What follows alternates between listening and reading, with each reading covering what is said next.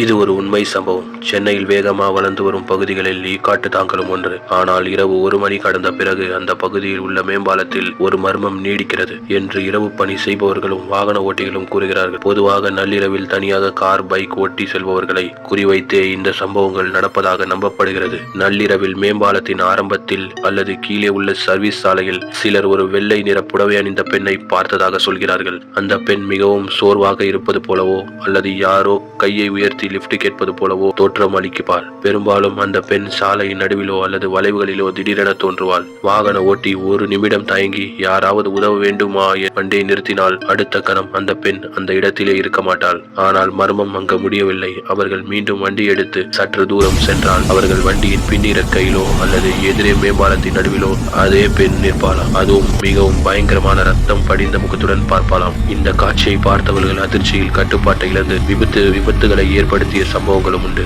என்று ஊர் மக்கள் பேசுகிறார்கள். உள்ளூர் மக்களின் கூற்றுப்படி பல வருடங்களுக்கு முன் ஒரு பெண் திருமணமான சில நாட்களிலேயே அந்த பாலத்தின் அருகே நடந்த விபத்தில் மரணம் அடைந்ததா சொல்றாங்க. அதனால அந்த ஆவிக்கு இன்னும் சாந்தி கிடைக்காததால் தான் நள்ளிரவில் தனியாக வரும் வாகன ஓட்டிகளை அச்சுறுத்தி விபத்துகளை ஏற்படுத்துவதாக நம்பப்படுது.